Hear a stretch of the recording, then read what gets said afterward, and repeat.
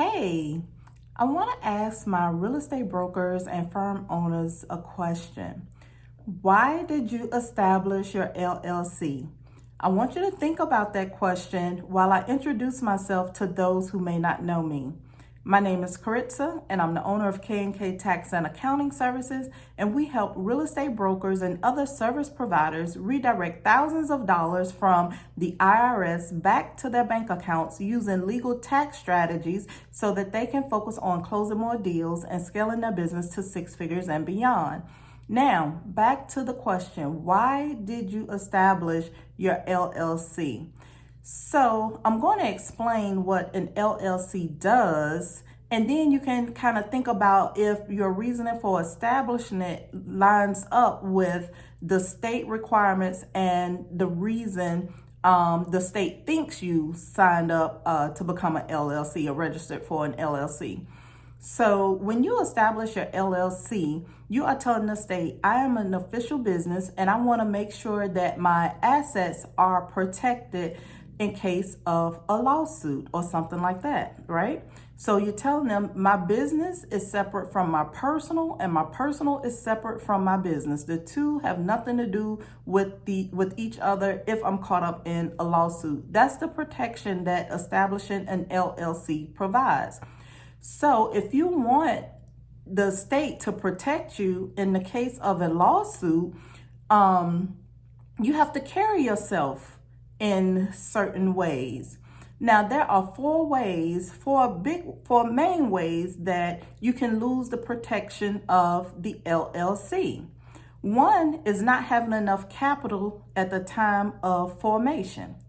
Two, not using your company name on documents and things as you conduct your business. If you are still signing your name John Doe or Jane Doe and you're getting checks in your personal name and everything, where does the business come in? It should be in the business name because you are operating a business, right? So in order to make sure that you have the protection from the state, you have to conduct yourself as a business and make sure that it is clear that you are operating in a business manner and not from a personal manner. The next way is maintaining separate corporate records.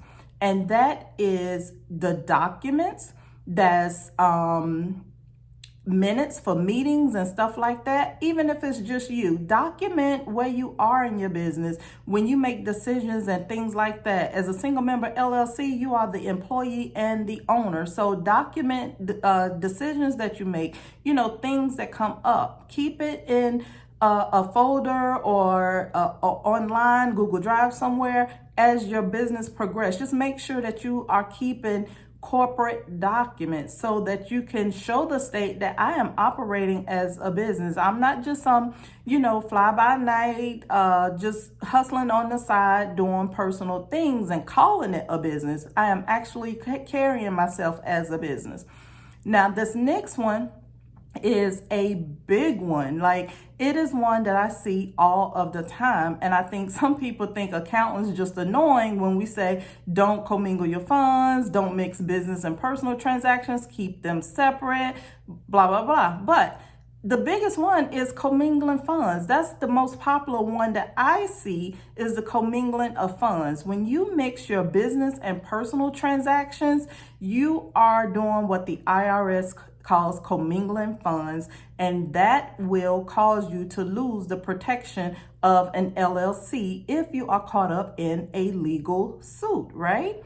So we don't just, want to nag you and, tell you that you can't mix personal and business just because we don't want to see it. We don't want to see it because we can't do anything with it, but you are messing with the protection with the state when you establish your LLC by commingling your funds. So revisit the question, why did I establish my LLC? And ask yourself, are you in line with what the state requires? If not, now is the time to make sure that you get your books in order and start documenting things and carrying on as a business so that you are protected all around the board as far as your business and your assets.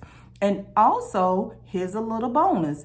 If you are commingling funds and you are audited by the IRS and they can't tell if some of the deductions that you took are personal or business, they will disallow deductions and go back and have you pay taxes on the deductions that you took that may not have been business related. So it is important overall that you do not commingle funds and carry yourself as a business and business owner so that you do not lose the protection of an LLC. Now, that's just from an accountant's perspective. If you want more information about operating agreements and things like that, making sure that you're documenting your business as a business, I would recommend you speak to an attorney. Otherwise, if you need help getting your books together, planning the rest of the year to make sure that you are prepared for the upcoming tax filing season in 2021, click the link below to schedule your free strategy session, and let's make sure that we get you started on the right track. I hope that was helpful, and stay tuned because there's more information to come.